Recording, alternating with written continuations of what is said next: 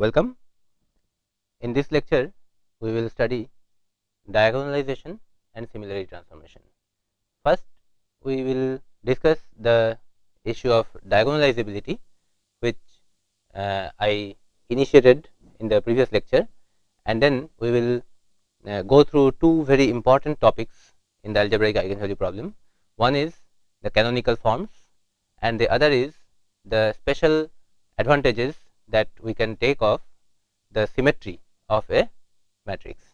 First, diagonalizability. Consider an n by n matrix which has n linearly independent eigenvectors v1 to vn with corresponding eigenvalues lambda 1 to lambda n. Some of these may be repeated for that matter, that is lambda 2 and lambda 3 can be equal, need not be all different. These are all linearly independent. Then only we will talk about n different eigenvectors. Now, if we have the matrix which has n linearly independent eigenvectors, then consider this. If we pack all these n eigenvectors into one n by n matrix with these vectors as columns, then we have this n by n matrix here, which we are denoting by S. And then we examine the product AS. Now, what will be the first column of this product? A into the first column of this matrix S, that is A V1. Since V1 is an eigenvector with eigenvalue lambda 1, so A V1 is lambda 1 V1.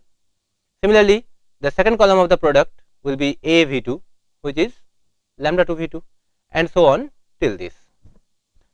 Now, we claim that the same product we would get if we multiply the matrix S from the right side with a matrix with a diagonal matrix having the eigenvalues as the diagonal entries. Let us verify this a little carefully. What will be the first column of this product? It will be this matrix multiplied with the first column of this, that will be V1 into lambda 1, which is this, plus V2 into 0 plus V3 into 0, and so on. Thus, we find that the first column of this product is also lambda 1 V1. Similarly, the second column of this product will be V1 into 0 plus V2 into lambda 2, which is this, plus V3 into 0, and so on. That means the second column is also same. Similarly, we will find that all the columns till the nth column will be found identical to this. And this matrix, this diagonal matrix with the eigenvalues of A sitting in the diagonal positions, we will call as lambda, and then this gives us S into lambda. That means we have got AS equal to S lambda. Now, if we post multiply this equality with S inverse, then from this side S gets cancelled, here we get S lambda S inverse, that is this. That means that A can be expressed as S lambda S inverse, where lambda is the diagonal matrix with eigenvalues sitting at the diagonal locations. Similarly, if we pre-multiply both sides of this relationship with S inverse, then we get S inverse AS is equal to lambda. That means that the matrix A in the new basis S gets diagonalized, and this process of changing the basis of a linear transformation so that its new matrix representation is diagonal is called diagonalization. In this process, the transformation, the mapping gets decoupled among its coordinates. What was the necessary condition for this to happen?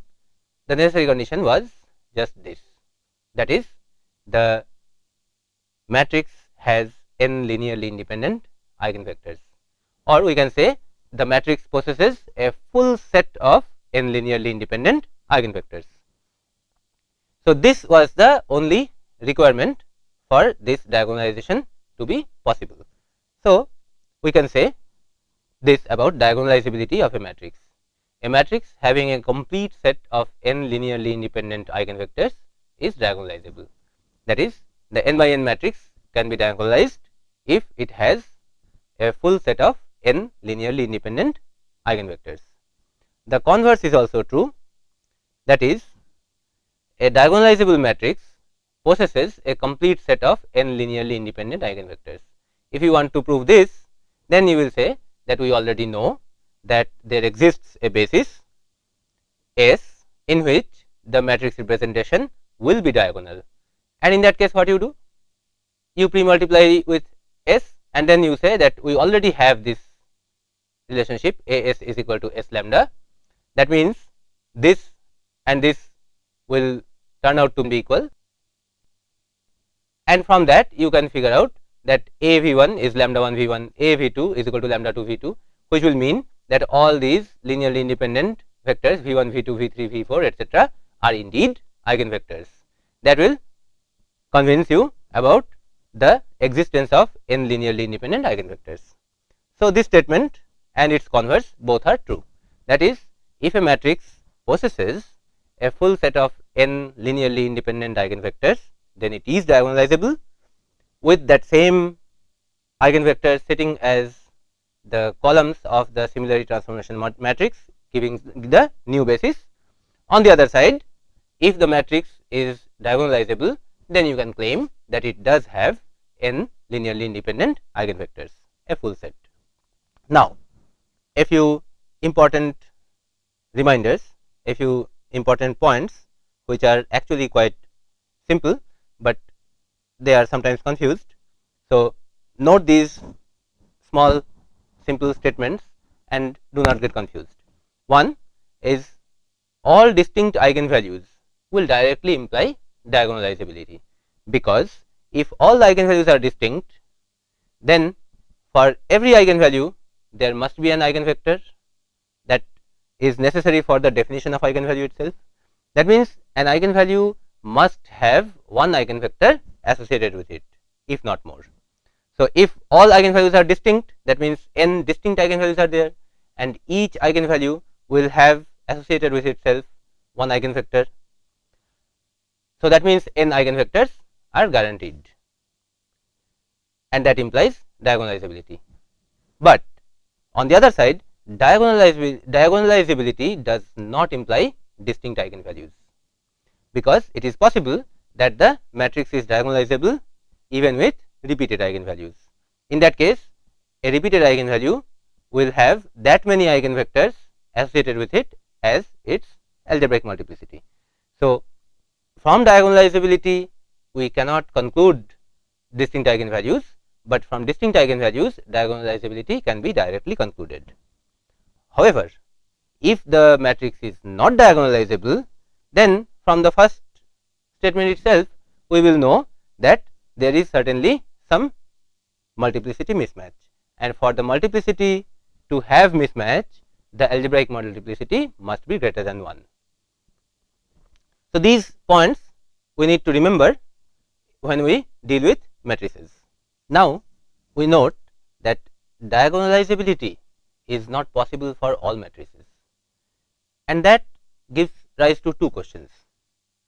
What simplified representation is possible for all matrices, and for what kind of matrices diagonalizability is guaranteed to be possible? The first is the issue of canonical forms, and the second is the question of symmetric matrices. These are the two important topics that we study in this lesson. First, canonical forms. There are three forms to which a matrix can be reduced or linear transformation can be expressed through change of basis. They are known as the canonical forms: Jordan canonical form, diagonal canonical form, and triangular canonical form. First, the Jordan canonical form, which is always possible. A Jordan canonical form is the simplest possible form, simplest possible matrix representation of a linear transformation which is possible for all transformations, all matrices. And the form is like this, which is composed of diagonal blocks. These are blocks having small square matrices. Above these diagonal blocks and below these diagonal blocks, all the other entries of the matrix are 0. And these diagonal blocks are also specialized in their shape. Along the diagonal in such a block, say the rth block JR, we have the eigenvalues, same eigenvalue, that is one Jordan block is associated with a single eigenvalue, though for a particular eigenvalue more such blocks are possible. Now, one such Jordan block looks like this, in which along the diagonal entries the corresponding eigenvalue will be there, and just on the super diagonal there will be ones. Everything above the super diagonal and everything below the diagonal will be 0. So, this is the typical shape of a Jordan block. Such blocks sitting as diagonal blocks in this block diagonal matrix will make this Jordan canonical form. Now, unlike the previous case for diagonalization which we were studying earlier, where we looked for a suitable matrix S such that we could say this, in which this lambda is diagonal, here we will look for this J sitting in place of this lambda. So, the reduction will not be always possible to this diagonal form, but it will be possible always to this Jordan canonical form. So, the associated similarity transformation matrix S will have bunches of its columns. If J1 is 3 by 3, then the first bunch of 3 columns in the matrix S will be called S1, which will have 3 columns. Similarly, if J2 is 5 by 5, then corresponding bunch of vectors here will be denoted as S2, which will have 5 columns, and so on.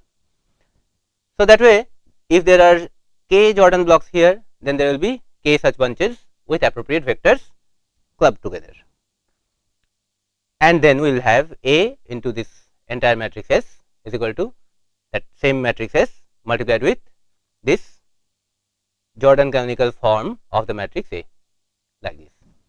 Now, here if we try to see what is there in this bunch of vectors SR, then we will have a form like this, in which the number of column vectors in SR will be the same as the number of columns or rows in this square block JR. First of these entries, first of these columns will be an eigenvector of the matrix corresponding to eigenvalue lambda, and next we will have other vectors W2, W3, W4, etc., the requisite number to fill up the number of columns, which are called generalized eigenvectors. They are not eigenvectors, but they are in some sense resembling to the eigenvectors, and they are called generalized eigenvectors. Now, what are those vectors? We will find out. For that, what we do is that we consider the product ASR, that will be a bunch of columns taken from the correct location from this product. The same will be on this side SR into JR. Why? Because if on this side we will try to look for the rth block of columns, then we will have S1 multiplied with a 0 block plus S2 multiplied with another 0 block, and so on till we reach here, when we get SR multiplied with this non-zero JR block plus again SR plus 1 into 0 block, and so on. So, the non-zero component of this will be only SR JR. So, ASR will be SR JR. So, block by block, if we equate like this, then we will find ASR equal to SR JR. Then using the expression for SR from here with columns V, W2, W3, etc., we can write like this: AV, AW2, AW3, etc. in the product for ASR. On this side, SR is this and JR shape is this. That will give us V multiplied with lambda as the first column. In the second column, there will be two terms, V multiplied with 1 and W2 multiplied with lambda. So, that way if we equate column by column, then the first column equality will give us AV equal to lambda V. Second column equality will give us AW2 is equal to 1 into V plus lambda into W2, that is this. Third column will give us AW3 equal to 0 into V, 1 into W2 and lambda into W3, that is this, and so on. So, from here the first one is already familiar to us. This is from where we determined the eigenvalues. Then once eigenvector, so eigenvector we determined from this equation. Once eigenvector V is determined, the next generalized eigenvector, that is the first generalized eigenvector actually, is immediately after the eigenvector, that will be found as A minus lambda I into W2 equal to V. Once W2 is found, we can find out W3 like this from this relationship, and so on, as there are number of columns in SR. So, compared to that number, one less generalized eigenvectors will be found, because the first slot is taken by the eigenvector itself. After that, if we try to find one extra generalized eigenvector, we will find that the system of equations that come out will be inconsistent. So, that exactly that many generalized eigenvectors we will find, as many are really required to fill the block. Now, with these eigenvectors and generalized eigenvectors sitting in columns, we will have the full matrix S, which in this kind of a transformation basis change will not transform A to diagonal form in general, but it will reduce it to the Jordan canonical form, and this canonical form is always possible for all matrices, all square matrices. The second canonical form is the diagonal canonical form, which we have already seen, but now we will have another quick look at it to see what is its relation to the Jordan canonical form. In the Jordan canonical form, which is like this, if all Jordan blocks are of 1 by 1 size, then what happens? If this is not such a big matrix, but if it is a 1 by 1 matrix, that means it will be just a lambda, and there will be no place for that super diagonal 1, and that is the case of the diagonal canonical form. A few associated points we can quickly note. First is that the diagonal form is a special case of the Jordan form, with each Jordan block of 1 by 1 size. This will immediately mean that with the absence of those super diagonal ones, you have only diagonal entries in that canonical form, and that means that the matrix is diagonalizable, and that will also mean that each SR bunch will have a single vector, the eigenvector itself sitting there. So, that will mean that the similarity transformation matrix S is composed of all eigenvectors, that is n linearly independent eigenvectors as columns, and that means all linearly independent eigenvectors exist in this case when the Jordan blocks are of 1 by 1 size or the matrix is diagonalizable. And in that case, if you try to find generalized eigenvector corresponding to an eigenvector already found, then you will find that none of the eigenvectors will admit any generalized eigenvector. The corresponding equation will turn out to be inconsistent. This will also mean that for every eigenvalue, the geometric and algebraic multiplicities are same. There is a third canonical form which is of a very important practical significance, and that is the triangular canonical form. We have already come across triangular matrices in our study of systems of linear equations. Now, here when we say triangular canonical form of a matrix, then we are actually referring to the triangular form of the linear transformation. That means that we are talking about converting a given matrix to the triangular form through similarity transformations. Now, special significance of triangular form arises from the triangularization, which is always possible. What is triangularization? Triangularization of a matrix or of a linear transformation is basically the change of basis of the linear transformation in such a manner that its matrix is in the triangular form. That is, apply some suitable similarity transformation on the matrix such that the form of the resulting matrix in the new basis turns out to be like this, with all zeros here, non-zero entries only on the diagonal and above. Below that everything else is 0. This is the triangular form.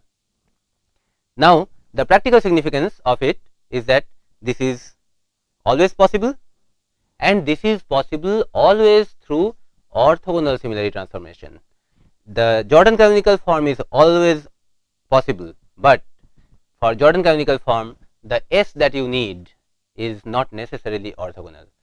Triangularization you can always conduct with orthogonal S, and change of basis through orthogonal transformations has a lot of practical advantage. The advantage is both analytical as well as computational. So, we find that the triangular form is always possible. In particular, if the eigenvalues are all real, then it is always possible through orthogonal similarity transformation. Even if eigenvalues are not real, even if you have complex eigenvalues for the real matrix, even then you can take recourse to complex arithmetic in your calculations, and you will be always able to triangularize the matrix with unitary similarity transformation. Whatever holds for orthogonal similarity transformation in the case of real eigenvalues, in case of complex eigenvalues, the same will be true with unitary similarity transformation. That is, S in that case will not be necessarily orthogonal, but it will be unitary, which is the complex analog of orthogonal matrices. Now, if you insist on working with real arithmetic only and orthogonal similarity transformations only, even though there are complex eigenvalues, then you can almost do the triangularization, except that for a pair of complex eigenvalues you may be left with real diagonal blocks of 2 by 2 size like this, because this is actually equivalent to the triangularized version, which is this, and you will never be able to reduce this matrix till this point unless you allow complex arithmetic in your calculations.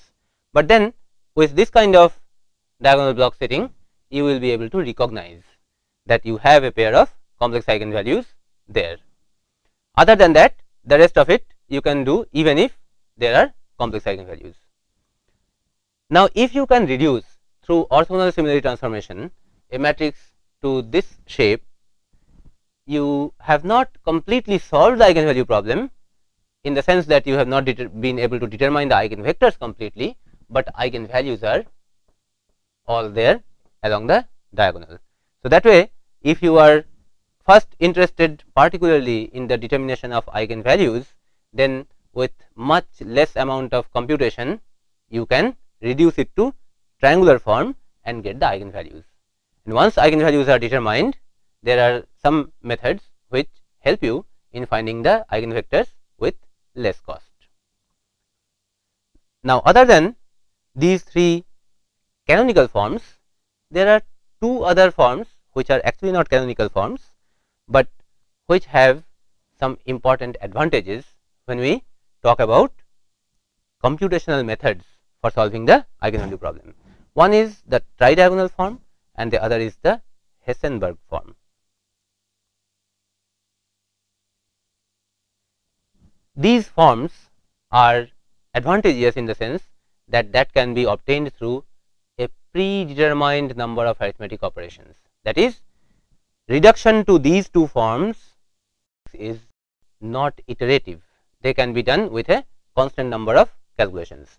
The reduction to other forms, that is Jordan canonical form or diagonal form or triangular form, they might need iterations and there is a question of convergence.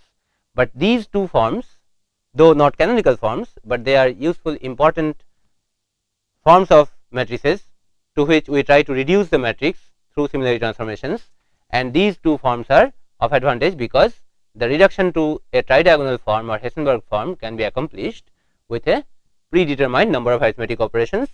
A straightforward operation applied only once, not iterative. So, tridiagonal form, as the name suggests, has non-zero entries only along 3 diagonals: the main diagonal, the super diagonal, and the sub diagonal, and everything else is 0. So, this is the tridiagonal form. The reduction to this form for any matrix is, that is, for those matrices for which we apply this, is a matter of a fixed number of calculations, depends only on the size of the matrix, and there is no iteration involved, there is no question of convergence. Similar situation is there with Hessenberg form, in which other than the upper triangular matrix, one sub diagonal is extra. To this stage, reduction can be done in a fixed number of arithmetic operations, and after that, to apply further similarity transformations so as to reduce these entries to 0, that may take a lot of iterations. Okay. So, Hessenberg form is used typically for handling non-symmetric matrices.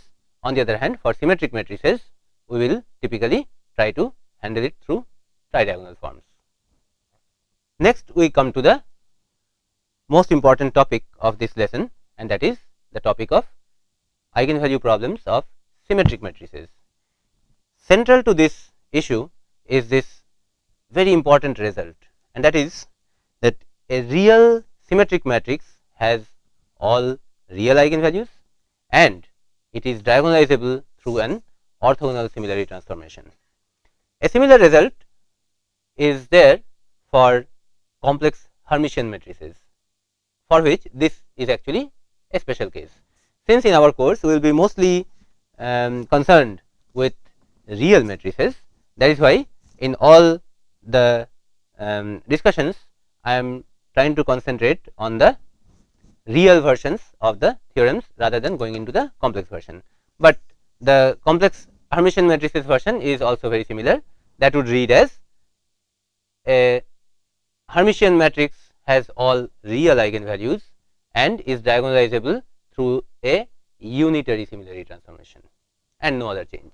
The steps through which you establish that result is also similar to the one that we are going to go through right now.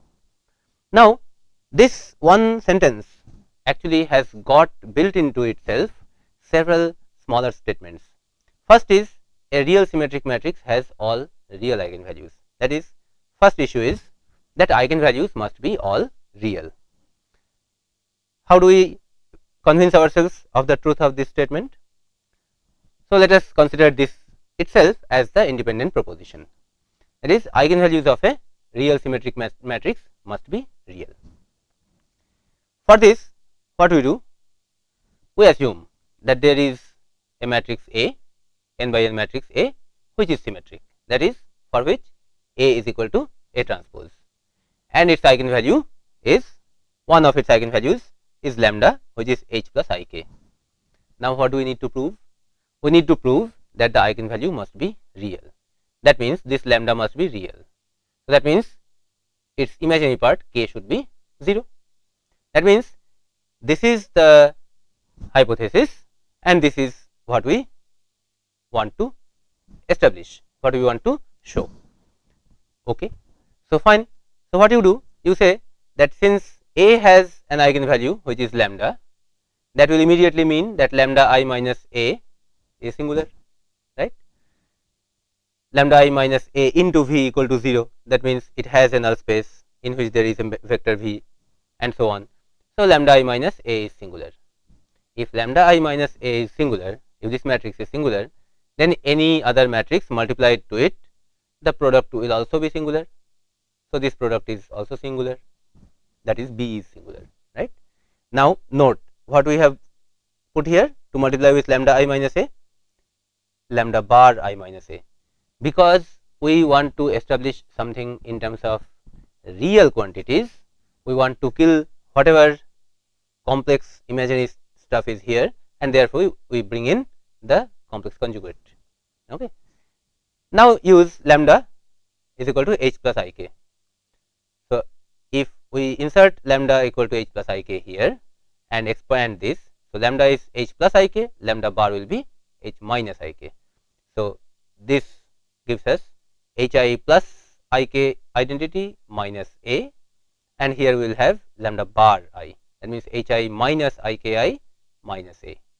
Now, you note this hi minus a into hi minus a, that is hi minus a whole square, ik identity and minus ik identity, that will give you minus I square small I square k square identity. I square small I square is minus 1. So, that minus I square is 1. So, you get only this, right. Now, we found that since a has an eigenvalue lambda, so lambda I minus a is singular, and therefore, b is also singular, which is a product of this with something else. This is also singular. If b is singular, then it has a null space which has at least one vector in it, that is, if b is singular, then there must be a vector to which b multiplies and gives 0, right. So, let us consider that vector as x. Some non-zero vector x will be there to which b will multiply and give us 0, and then if we pre-multiply both sides with x transpose, that also will be 0, that will be a scalar 0. So, you get x transpose bx equal to 0. In this relationship, in place of b, we insert this, okay. And here at this insertion point, we have used the symmetry of A. X transpose this whole thing into x. So, the second part is very easy here, k square is scalar and rest is x transpose identity into x, that is this. The first one is x transpose hi minus a into hi minus a x. The second hi minus a we have left as it is, the first hi minus a we have replaced with its transpose.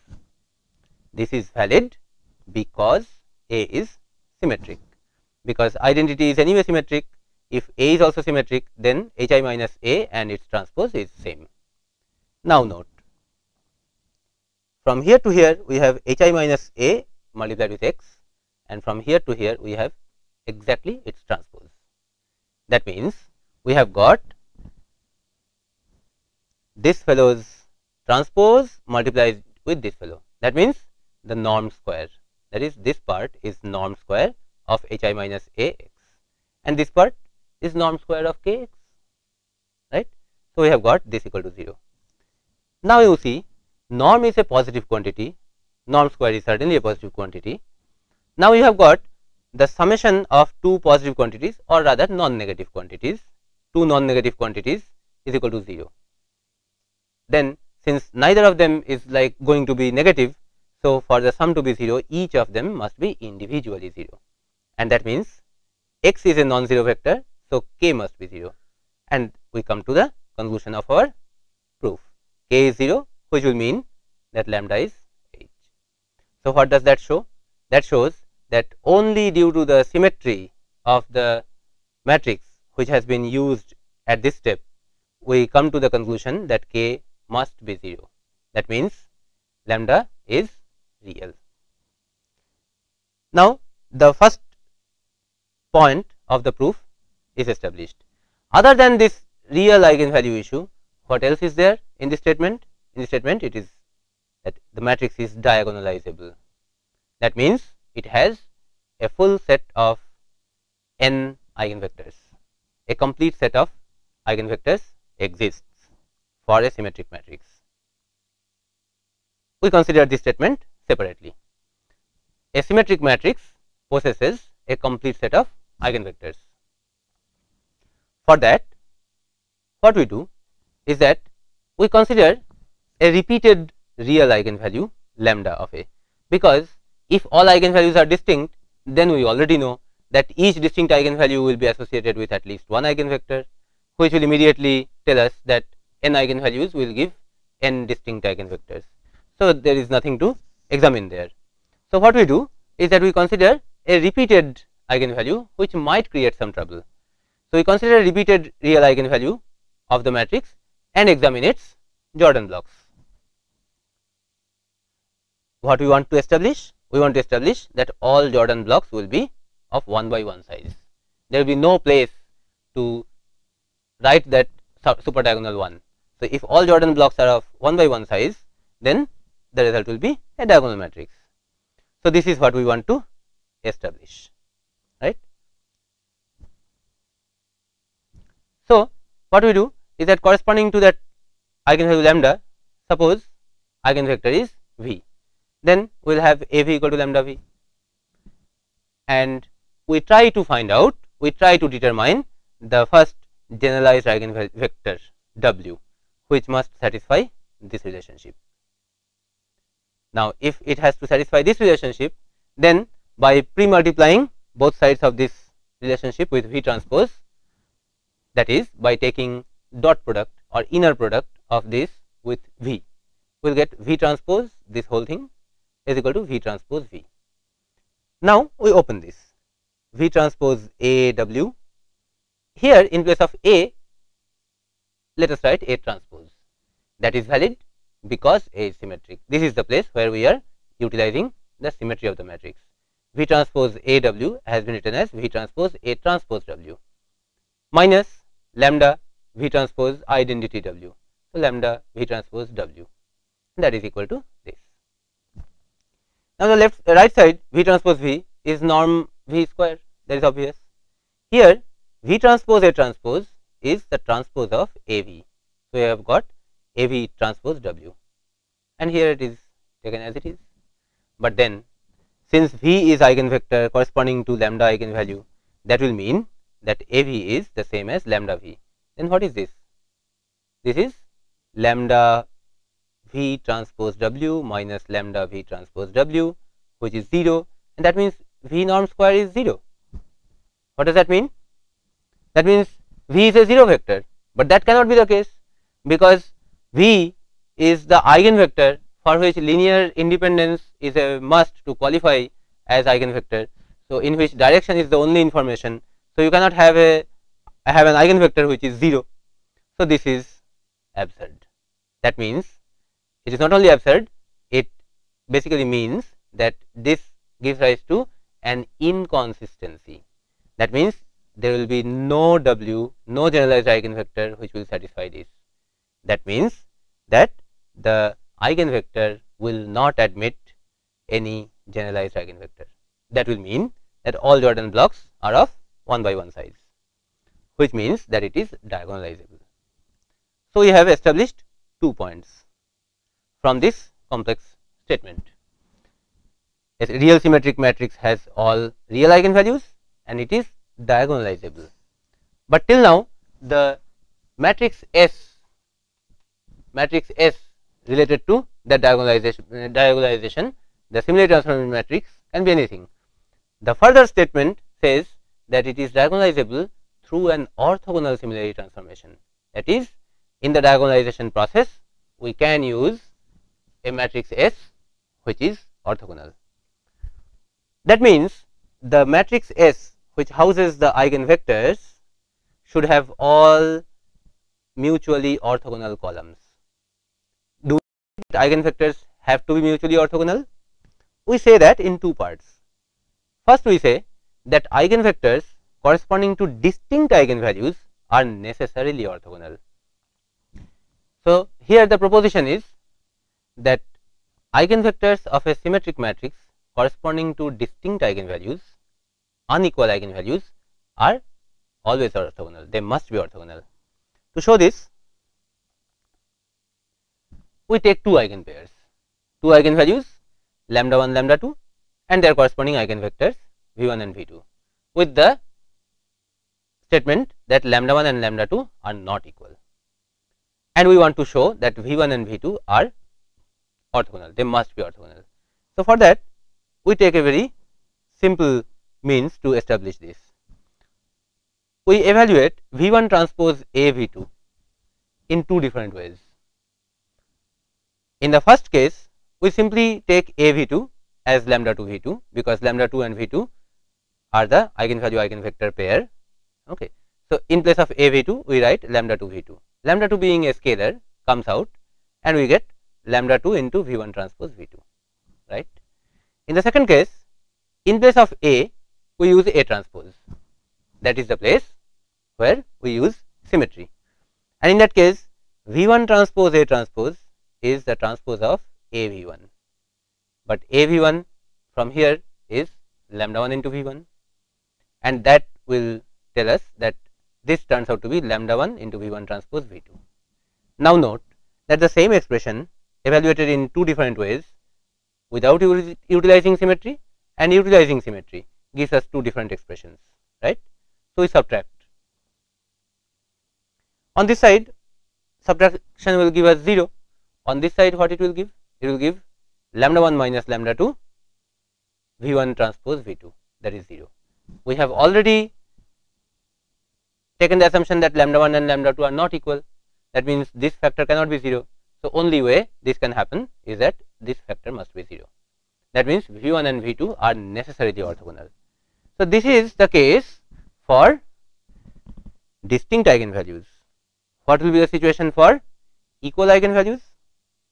That is, an eigenvalue appearing twice, giving us two eigenvectors. Do they also have to be necessarily orthogonal?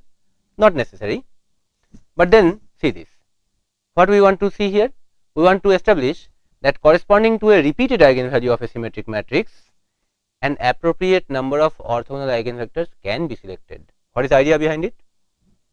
If lambda 1 and lambda 2 are same, unlike this case, then the entire subspace V1 and V2 is an eigenspace.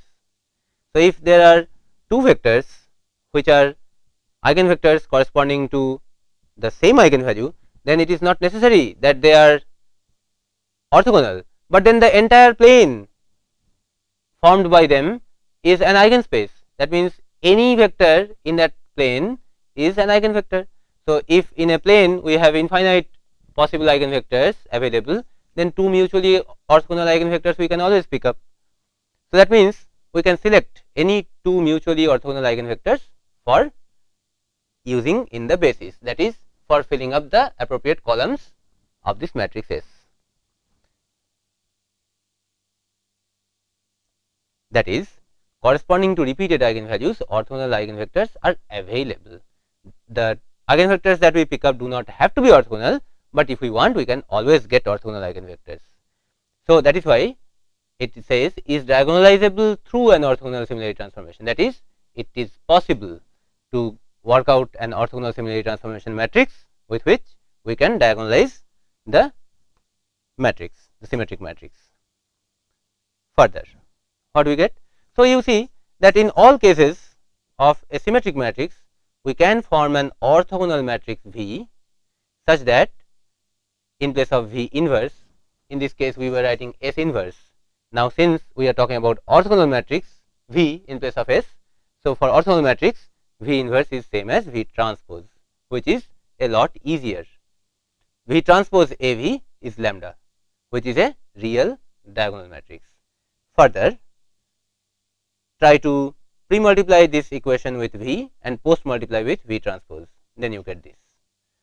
The matrix A can be represented in this manner, V lambda V transpose, where V is an orthogonal matrix and lambda is the diagonal form of A. That diagonal form is always possible, and that is always possible through an orthogonal similarity transformation V. This gives us a lot of facilities, and this is greatly helpful because symmetric matrices appear in many locations in the analysis in applied science and engineering, and it helps that so nice properties, so interesting and useful properties of symmetric matrices are there, and symmetric matrices appear in most of the applications again and again. So most of our problems are comparatively easy, and the enormous amount of facilities that this representation gives us is here. First of all, this expression A equal to V lambda V transpose can be written in expanded form like this.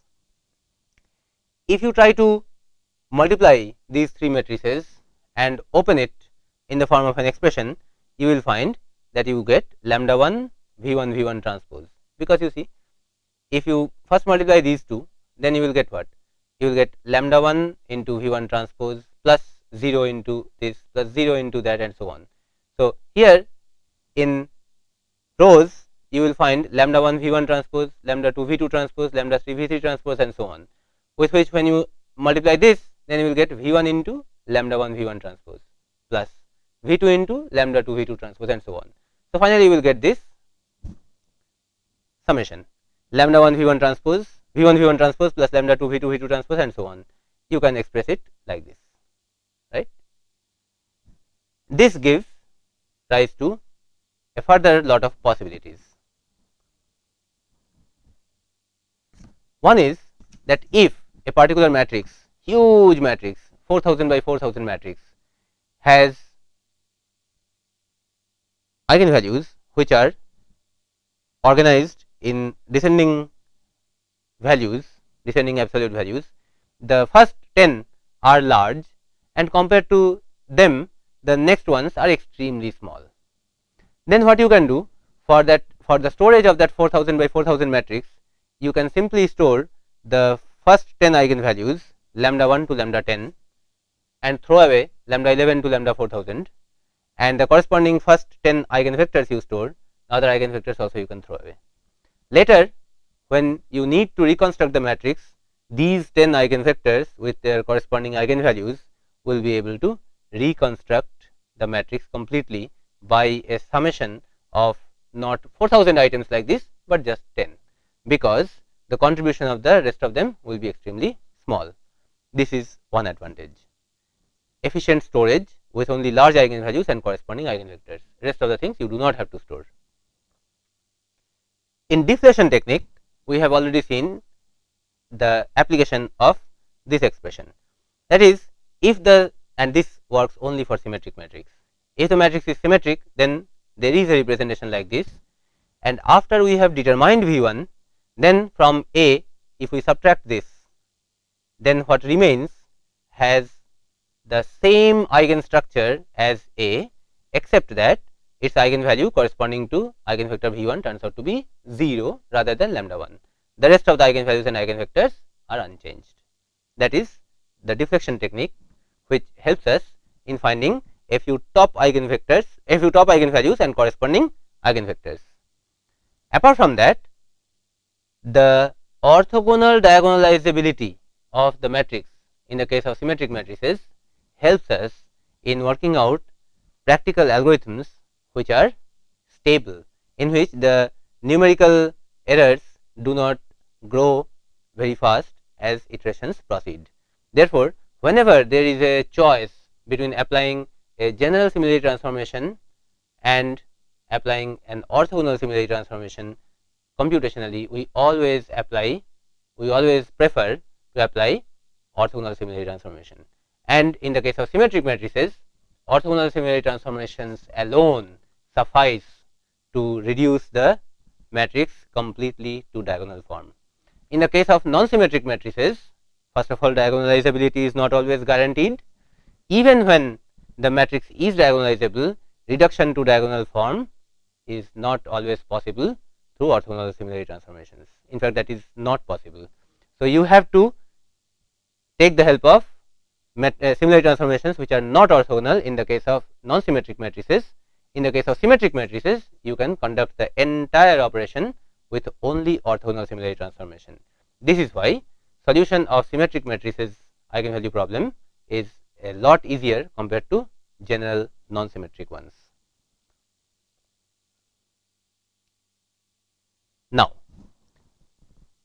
the complete picture of different forms, some the raw form and some the final desired form that we have, we can see here, and any block here in this schematic diagram which is on the right or which is below is typically easier to handle for the eigenvalue problem compared to corresponding other blocks which are on the left or above. So, in that understanding, we find that compared to a general matrix, all other matrices, general means which may be non-symmetric, all other forms are easier to handle, and the diagonal matrix is the one in which the eigenvalue problem is actually already solved, right.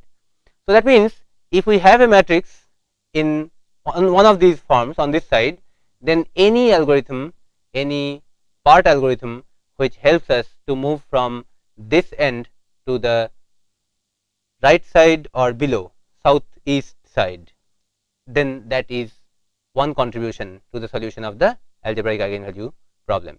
That is, from the general matrix we might try to reduce it to either the Hessenberg form or the symmetric form. If we have a symmetric matrix, then we try to reduce it to symmetric tridiagonal form. If we have it already in Hessenberg form, then we try to reduce it to tridiagonal form, which is comparatively easier, or we will try to reduce it to triangular form, which is more often the case. From triangular or tridiagonal or symmetric tridiagonal, another round of reduction will take us to diagonal form if a diagonal form exists for that matrix, right. In this case it will certainly exist, and any movement along the arrows will mean that we have accomplished one more stage in the solution process of this eigenvalue problem. And all these steps, all these reductions must be carried through similarity transformations only.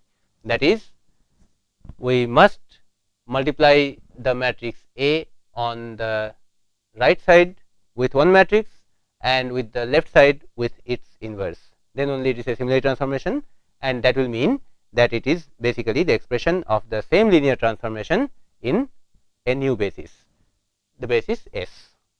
So, through similarity transformation only we must do all these transformations.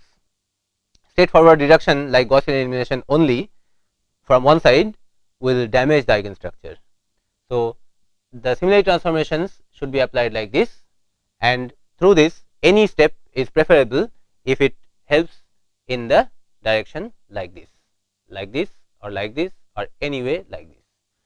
So, the question arises how to find suitable similarity transformations which help us in moving from this direction to this direction in general, that is reduction of the problem.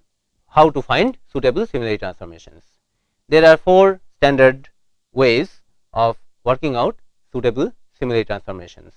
They are based on rotation, reflection, matrix decomposition or factorization, and element transformations. These 4 methods of finding suitable similarity transformations we will study in the coming lectures or coming lessons. For the time being, to summarize the important issues that we have seen in this discussion is that generally possible reduction, which is possible for all matrices, is up to Jordan canonical form. Condition of diagonalizability and the diagonal form we have studied, and we have studied the form which is triangular form, which is possible with orthogonal similarity transformation. Note here that in the previous chapter in the book there is an exercise which gives you the steps necessary to show this important result, to establish this important result, that any square matrix can be reduced to a triangular form with only orthogonal similarity transformations. This is an important result, and I will strongly advise that this particular exercise, which gives you the steps to establish this important result, you must go through. Okay. The other useful non-canonical forms are tridiagonal and Hessenberg forms that we have come across briefly, and the most important lesson of this particular chapter, of this particular lecture, is that orthogonal diagonalization of symmetric matrices is always possible, and all these reductions must be carried through similarity transformations only. So, I would also advise you to go through some of the exercises of this chapter before proceeding further to the next lecture. Thank you.